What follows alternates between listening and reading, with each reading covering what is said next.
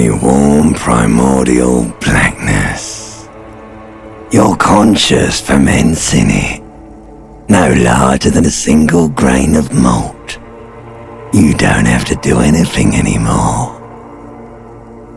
Ever.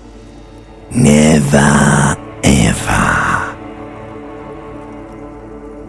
Never, ever, ever, baby. An inordinate amount of time passes. It is utterly void of struggle. No ex-wives are contained within it.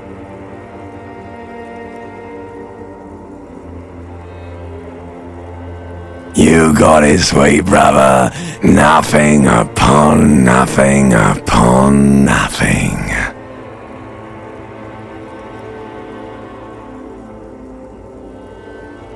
Coming right up, sir. Smooth passage. Alright, nothing town to fuck all borough.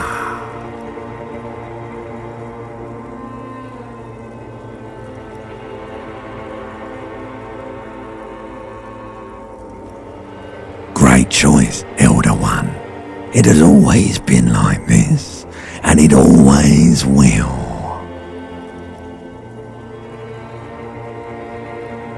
The song of death is sweet and endless. But what is this? Somewhere in the sore, bloated man meat around you. A sensation. Like a fly to the ointment, your conscience sticks to it. The limbed and headed machine of pain and undignified suffering is firing up again. It wants to walk the desert, hurting, longing, dancing to disco music. You can take it. You're a champion.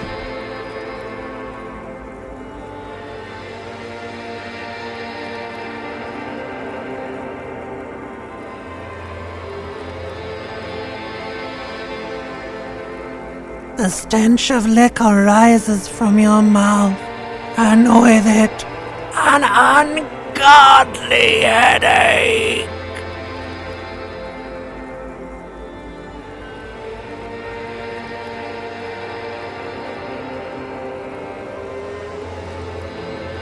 A fiery streak penetrates your skull, trying to force your eyes open. It's a sound, a clarion call from hell.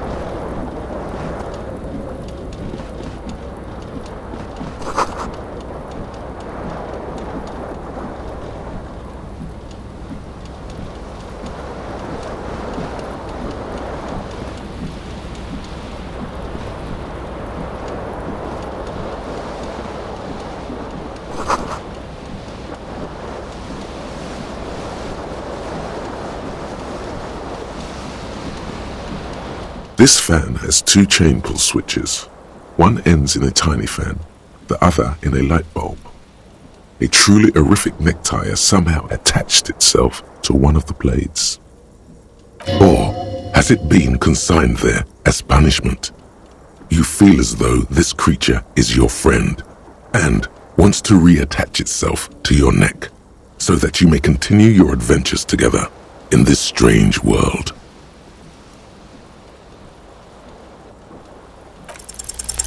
You reach out to grab the tie, but what's this? Diffuse, radiating chest pain. Doom comes over you. This is bad. Feels like sharp stones grinding in your chest and keeping you from moving. For quite a long time.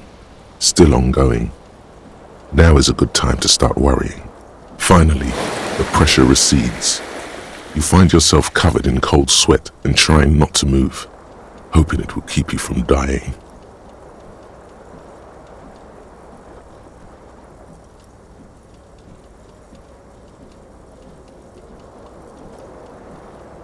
The blades come squeaking to a halt. It should be easier to reach the tie now. A terrible mistake. Turn the lights off immediately. You can practically feel the photons burning a hole in your brain. It's just a little hangover-induced photosensitivity. Don't overreact. The lights are off. What you have in your hand is a fantastically colorful tie with 4 or 5 different patterns. The knot reminds you of a noose.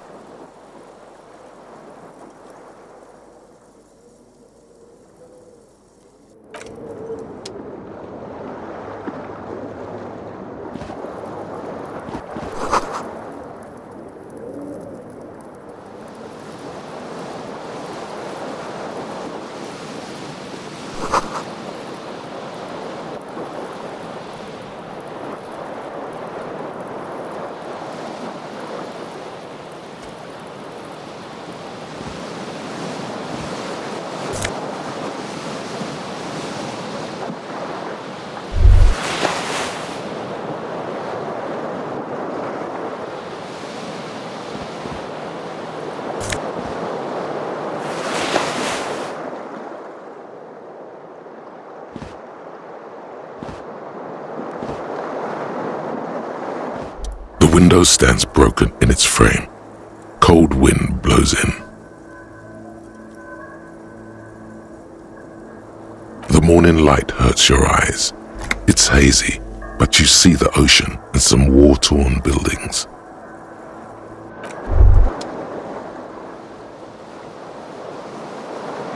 You hear a jingle. Keys are clinking in the pocket of your flare-cut pants.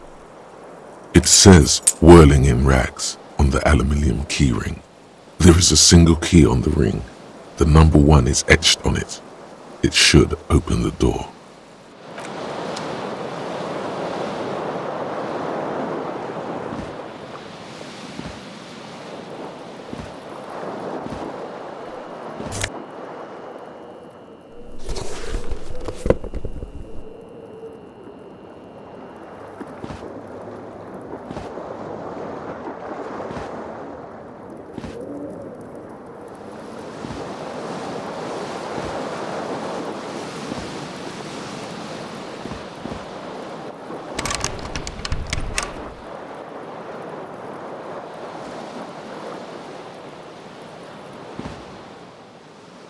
A mirror hangs above a bent and broken sink. In a fierce discharge of masculine energy, someone has ripped half the faucet off. Hot water sprays from the base and steam covers the mirror. You cannot see yourself, just the outline of a man. Suddenly, you realize you have no memory of the face that awaits you there, underneath the soft vapor. As you slowly reach your hand towards the surface of the mirror. Abort. You clearly have not thought this through. You won't like what you see there, and you will never unbecome it.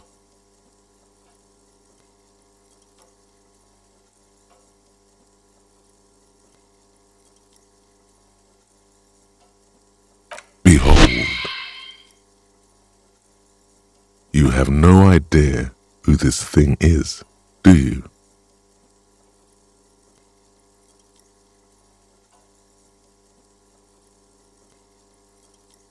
It appears you're also dead.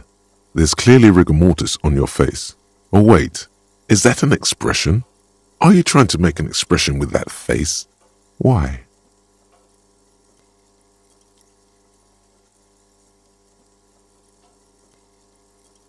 Please stop. It's horrible. You're scaring yourself. You can't, can you? It's like it's not even voluntary anymore. You have worn that grin into your face, and now it won't come off. What does it even mean? What is the emotion you're trying to convey?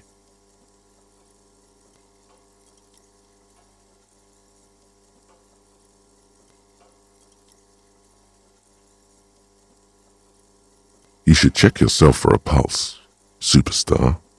From here it looks like a cadaverous spasm. You find no sign of life on your swollen neck. However, putting your hand on your chest reveals an irregular heartbeat. You appear to be alive, for now.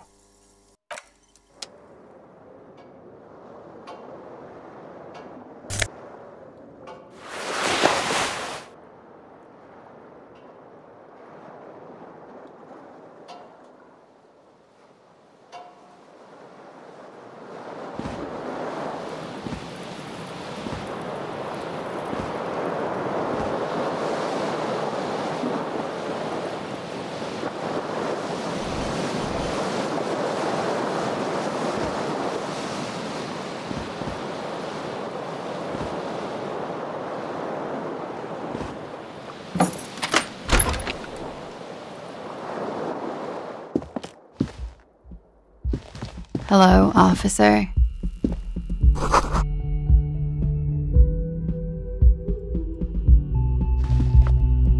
The young woman raises a cigarette to her lips.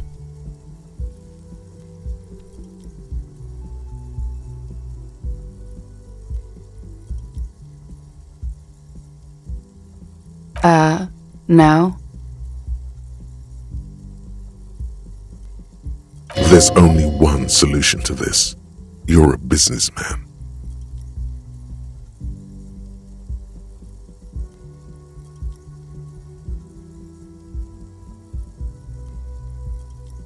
The young woman shakes her head slowly. No. You're a police officer, sir. Okay, cool. I won't. She means it. She wouldn't defy authority, however sweaty and bloated it may look.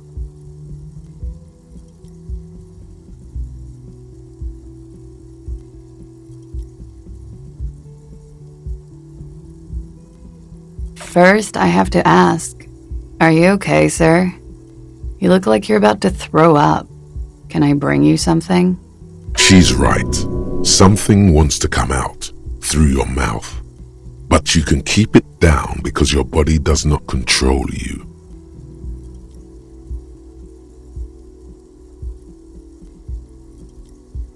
Sir, you've been here for 3 days. On official police business, as you put it. Couldn't say. In truth, so far, mostly drinking.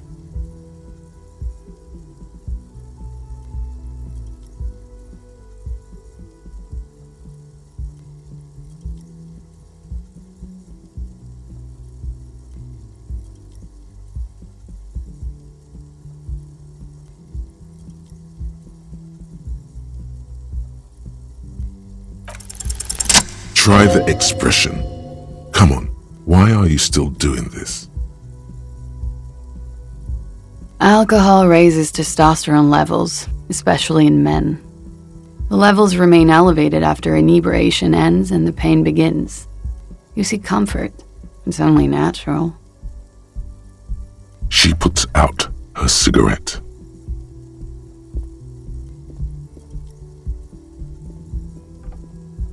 She looks back at you, a light glinting off her eyes. And now, it never stops. Goodbye.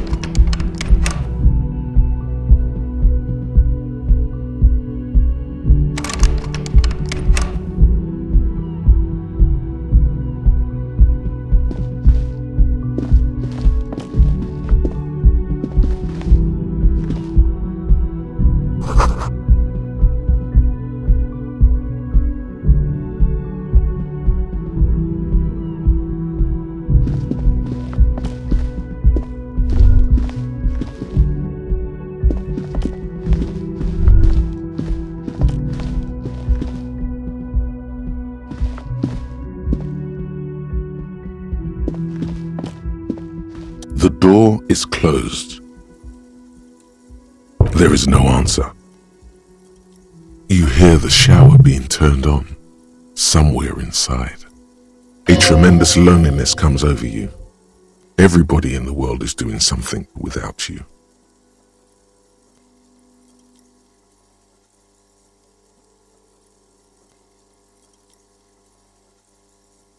The door is closed.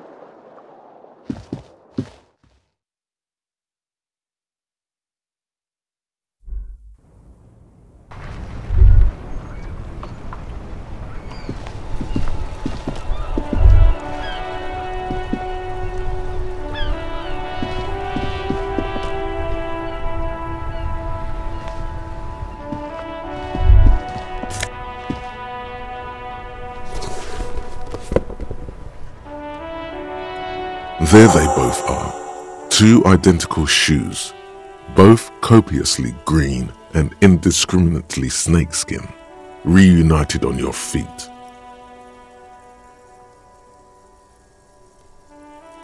Good, they're balanced, comfy. Feels like the only good thing about you right now, truth be told.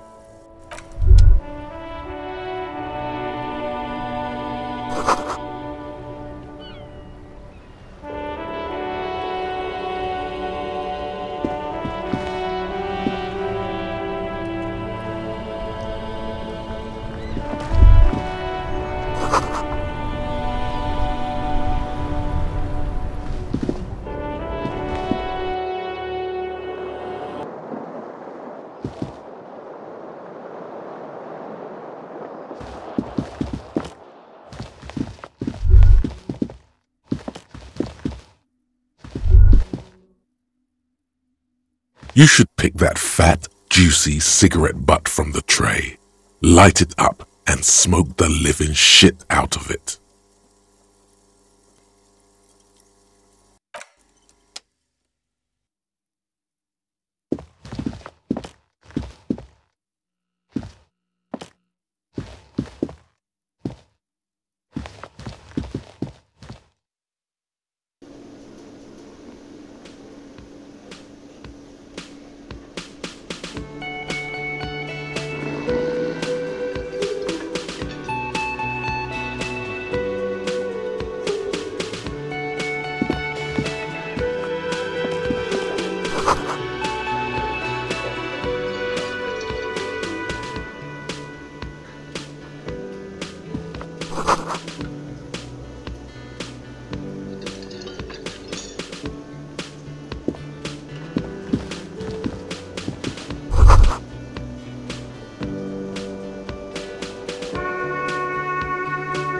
You should totally sing karaoke here, the first chance you get. Your emotions need to be expressed. People need to know your vast, oceanic soul.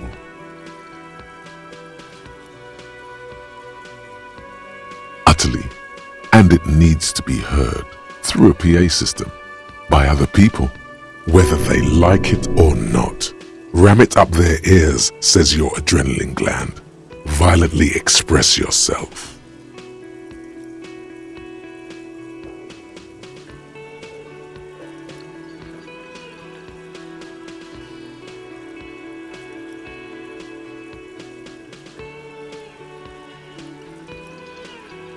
Who is mistakenly identified as a cop for his prominent jawline?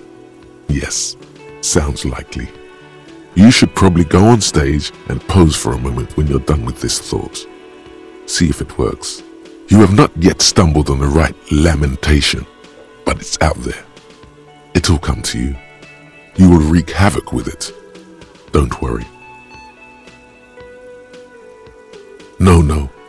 Don't sing the happy song, it's stupid. Sing the sad song, it's profound. You have to find something tragic to sing first, though.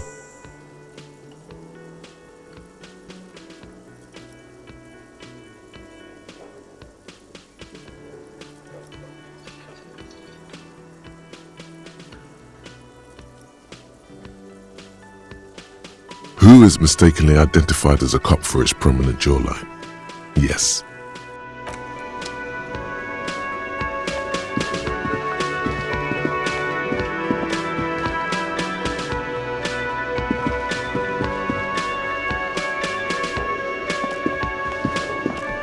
A man in his late 20s stands behind the counter, inspecting a stuffed seabird. As you approach, he gives you a sideways glance, then looks down again. That was disdain in his eyes. Even now he is purposely ignoring you. Looks like he's not a fan.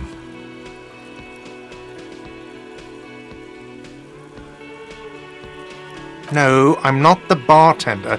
I'm the cafeteria manager. That period of my life is over. Not everyone who stands behind a counter is a bartender, okay?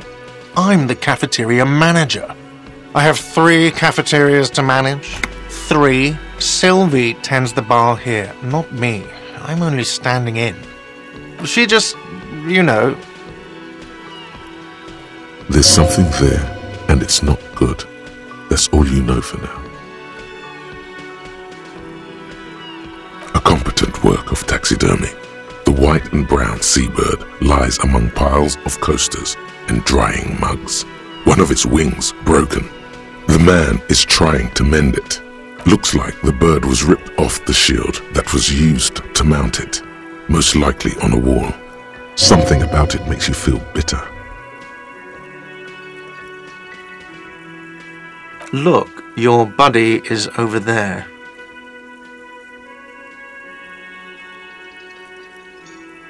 Why don't you go and talk to him, okay?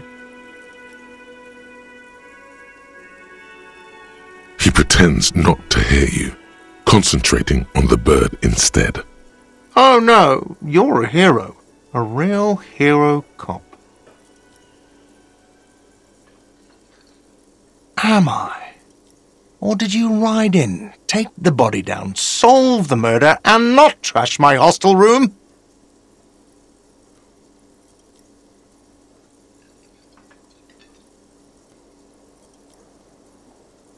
You're right, you didn't, and it's only taken you 3 days not to. No, I haven't seen you around. I'm not always here.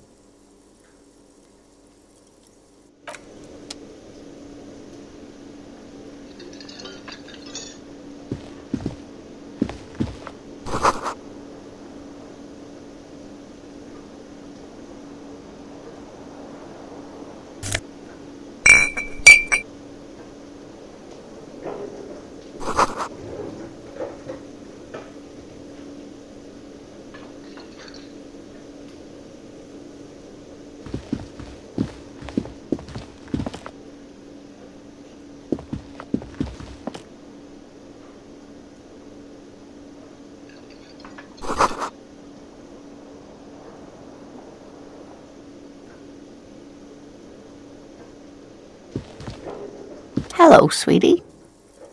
You shouldn't keep your colleague waiting.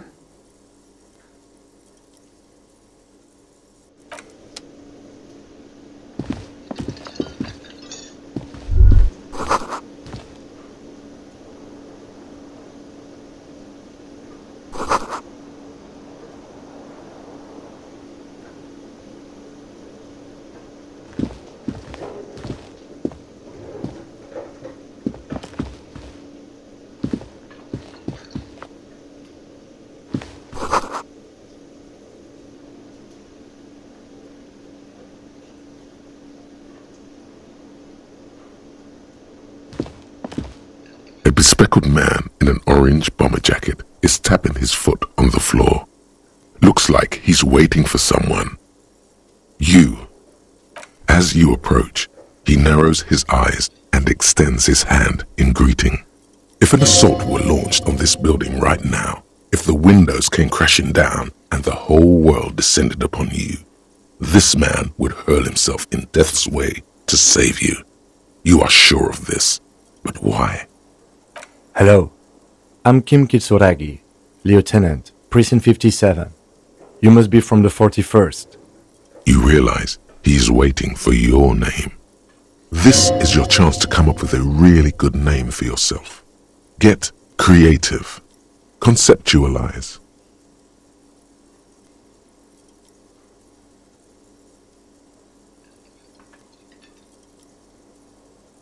It looks like we had a little scheduling error on Sunday. Saturday too, actually. Have you had time to talk to the manager here?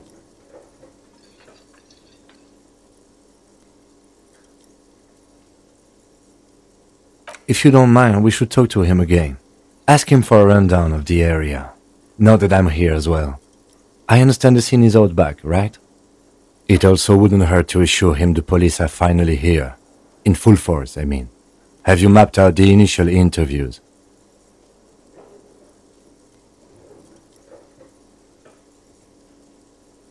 At the 57th, we like to prepare an initial list of persons of interest, and then just skim the surface.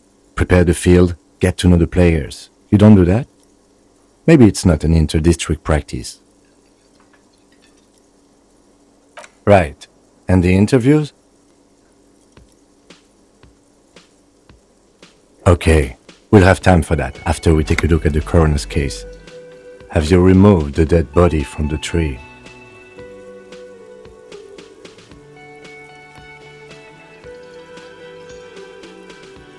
Does that mean the body is no longer in the tree? Completely. Does that mean you took the body down from the tree? So, the body is still in the tree.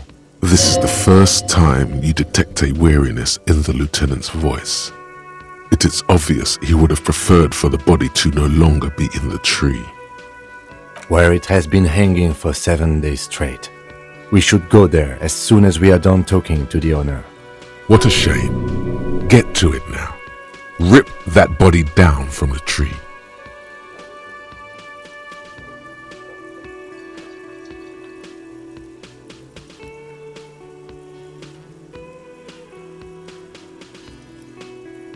After you, officer. If you're about to embark on an investigation, shouldn't you have a badge? You mean you don't have a badge?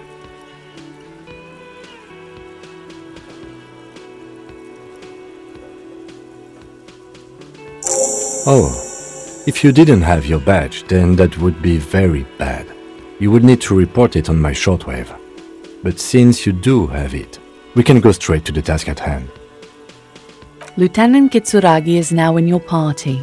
You can talk to him whenever by interacting with him.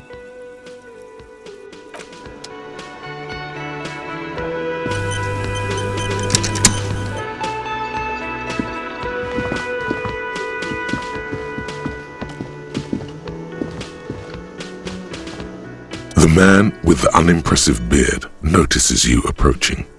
He drops the ledger he was holding and turns to the lieutenant. Mr. Gart, right? You run this place. Yes. I am Kim Kitsuragi from Precinct 57. This is an inter-district investigation, so joining me from Precinct 41... What?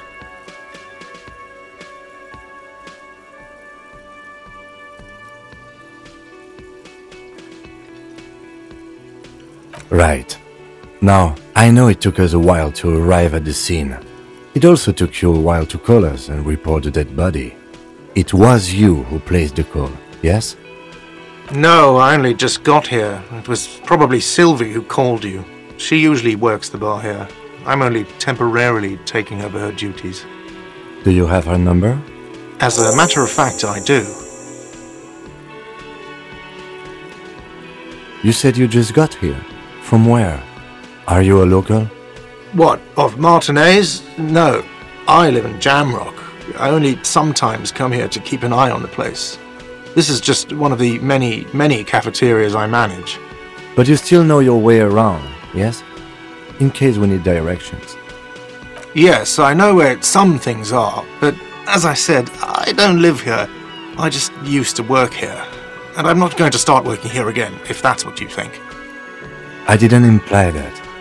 Detective. I have everything. You?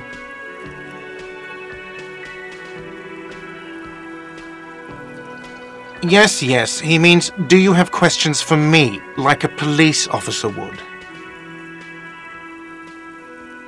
She went away because none of your business.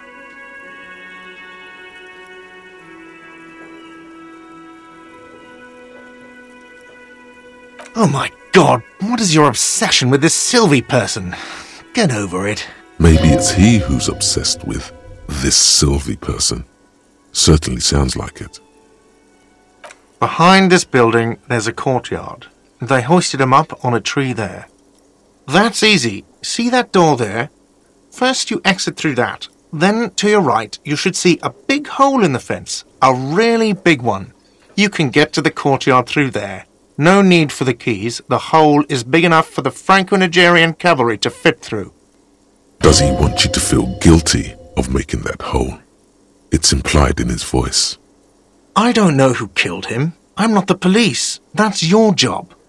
The lieutenant turns the page in the little notebook he's been scribbling in. Let's go.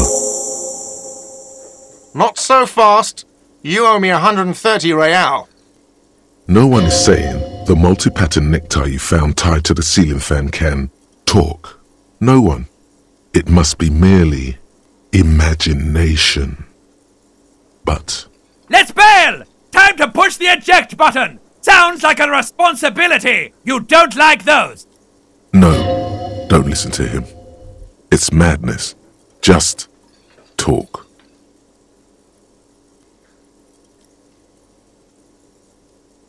Oh, you don't owe me shit.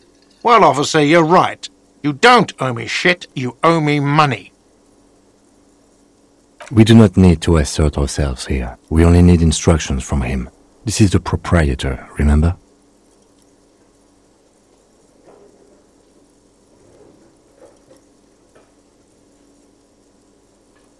You know, I get this all the time. Some hobo comes in here or some backpacking arsehole off the boat. The next day, when they can't make their fees, they get aggressive. I just never thought I'd be in this shit with a cop. Please, just give me the money. Who does that clown think he is? Arrest him!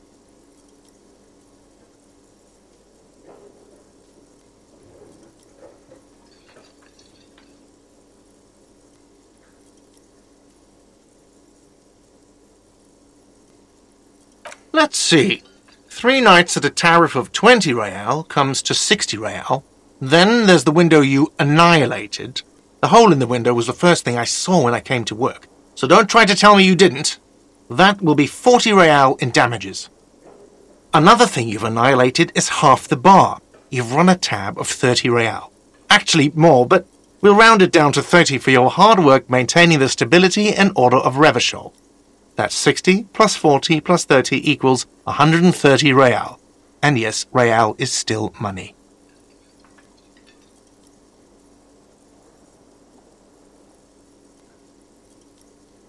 No one is saying that! No one is saying that Ty can talk! That would be ludicrous! It's just that you should arrest him! It would be wiser! He wants to take your money!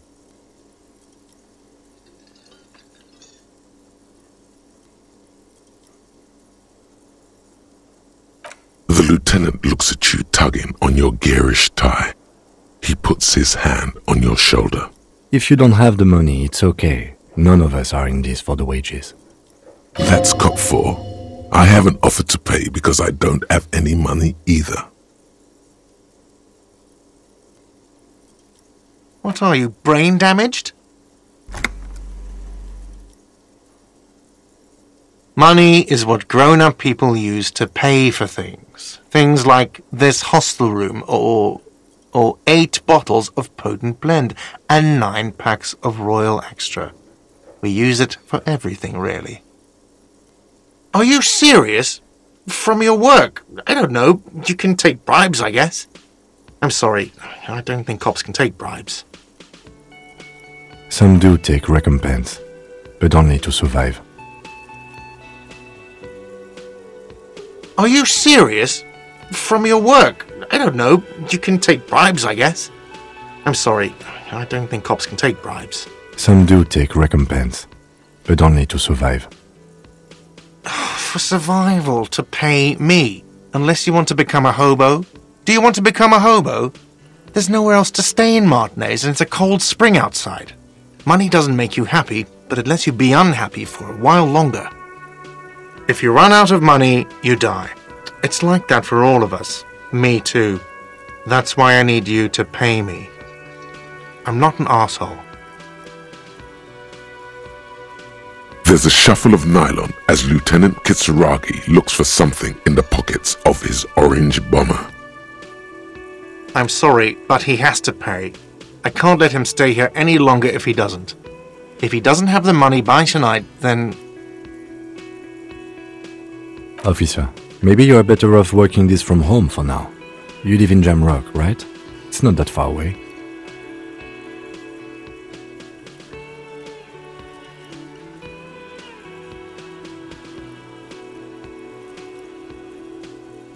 I'm sorry I couldn't help more. You should take this up with your station. I have a shortwave radio in my car, okay? We have to get this investigation started now. Good luck.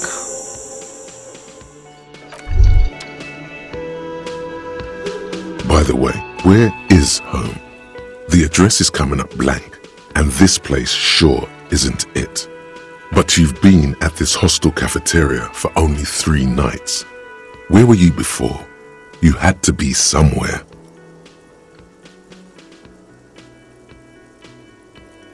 Why did you say that?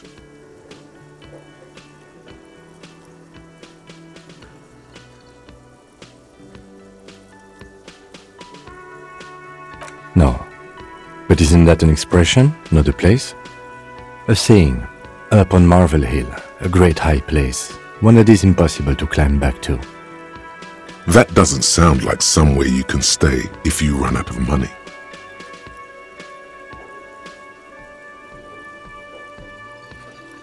You can try. Run some addresses in your head when you get the time. Maybe a street or an apartment will appear.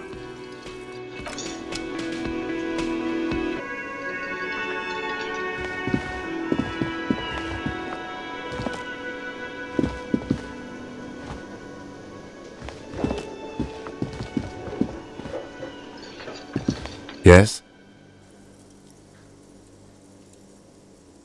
What do you want to know?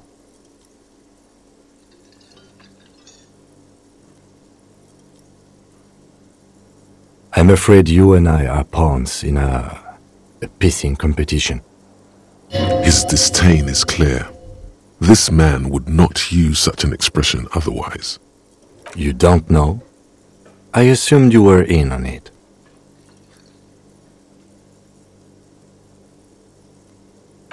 It's just stupidity. We shouldn't waste any more time on it. If you want my take, ask me after we've inspected the victim. Later. Was there anything else you wanted to know about the case? No, it's not a particularly mysterious case. The deceased is a security guard for a corporation involved in a labor dispute. It doesn't take a DeLorean polymath to put the pieces together. I just don't see the case getting more mysterious than that.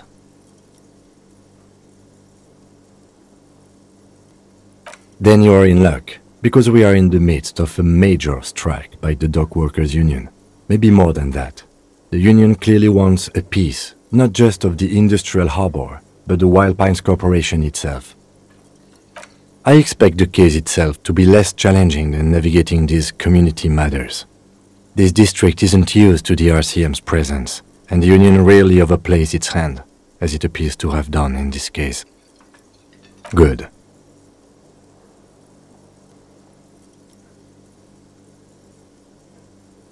Me? I don't see how my life is pertinent to the investigation. That's a fair point. All right, for the good of the investigation, what do you want to know?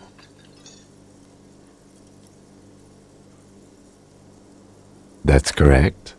That makes him a Beano-clad. Completely uncopped material, if you say so yourself.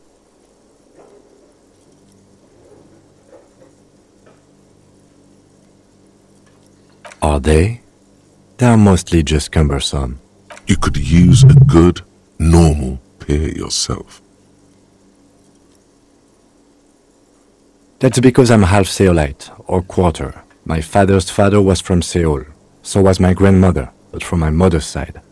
It's not an interesting topic. It's a part of the world, officer. A geopolitical entity and a geographic division. I told you it wouldn't be interesting. You're barking up the wrong tree. I don't speak a word of Seolite. I've never met either one of my grandparents, and I've never been to Seoul. I'm a regular Revacholière. What do you mean? I have no idea what you're talking about.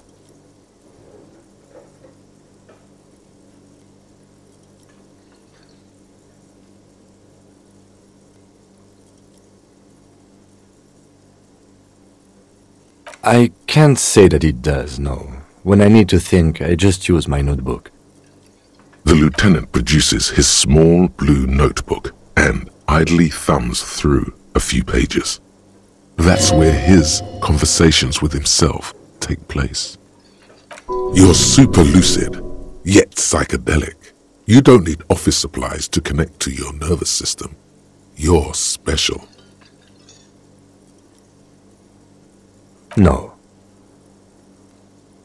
Your brain sends the signal to your lips, but they refuse the order. Something is paralyzing them. You're pretty sure it has something to do with the lieutenant's eyebrow.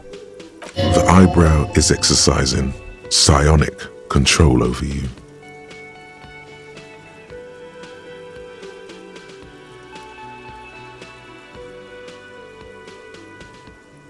Something the matter, detective? This guy's got authority off the charts. With just the flick of his eyebrow, he's able to make you his thrall. Nothing. You better hope he doesn't abuse his authority.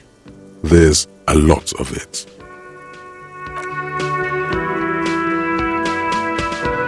The lieutenant relaxes his eyebrow, and you seem to regain control of yourself. Good. Let's change the subject.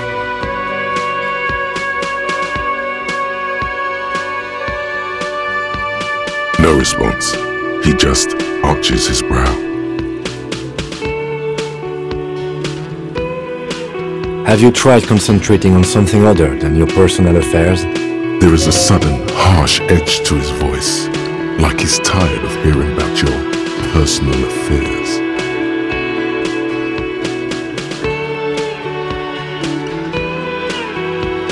Fine. We should get through this day first. Off hours begin at 9 p.m. If you're still having trouble then, I can give you an orientation.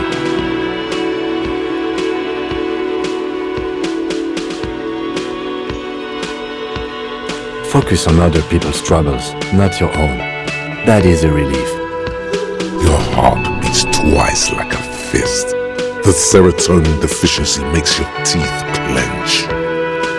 The lieutenant blinks, his mouth slightly open, and his body motionless.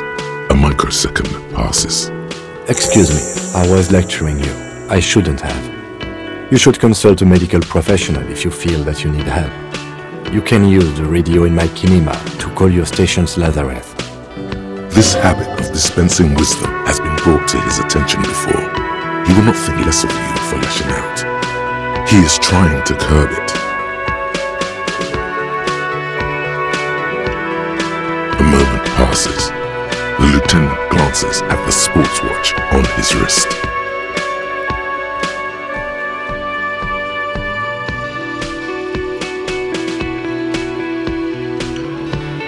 Excuse me?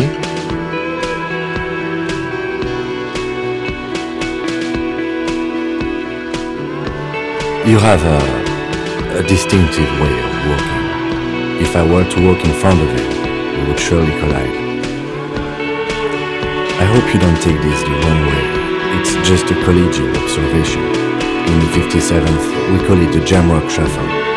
Officers from Jamrock's 41st Precinct tend to move a bit erratically. They say it's a scene-clearing technique developed by one of your lieutenants for gathering evidence. It's erratic, yet thorough. Prioritizes containers.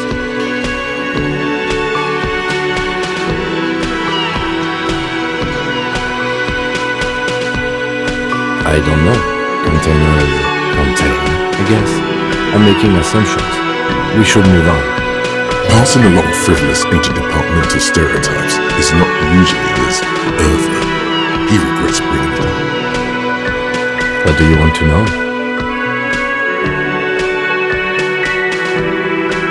Maybe you can tell me what you do know to help me narrow it down a bit. Do you want me to brief you?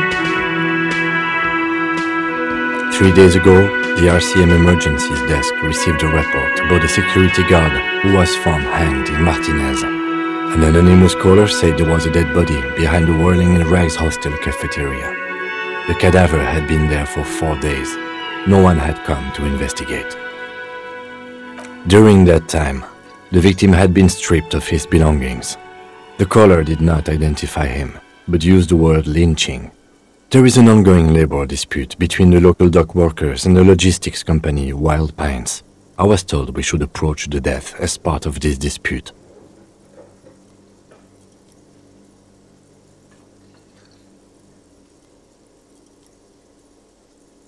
They didn't identify themselves in any way. The tone was muffled using a device of some sort. The desk could identify neither the caller's age nor sex. There's a strong prejudice against involving the RCM in what's seen as union matters. The dock workers' union is the de facto police in Martinez. Now it appears they've started executing too. We cannot allow that. That's us, the Revachol Citizens Militia. We're the police in this city.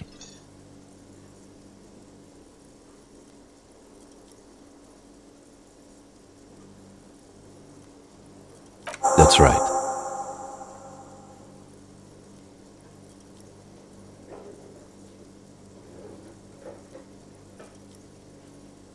You mean like a brief? Do you want me to brief you again? There's no reason to wing anything. If you didn't get the brief, that's okay. I did. 3 days ago, the RCM Emergencies Desk. During that time, the victim had been stripped of his belongings. Okay then. Was there anything else you wanted to know? Good.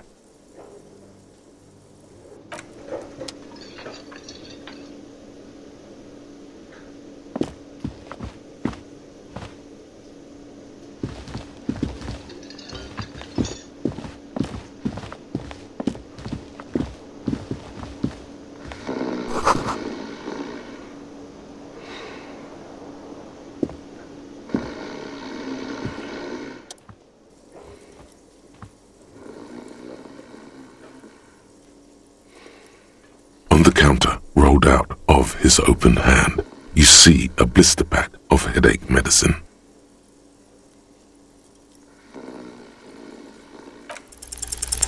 You gently shake his shoulder, but nothing happens. This man could probably sleep soundly in a ship's engine room. No idea. Looks like he works for Wild Pines, the logistics company who owns and operates the harbor. Possibly because there's a strike going on in the harbor. There's not much to do aside from drinking and sleeping. The man does not mind. You probably need them more than he does. You've just picked up some magnesium. This item is stored in the bottom left corner of the screen above your character portrait. Use magnesium to heal your morale if you have morale damage.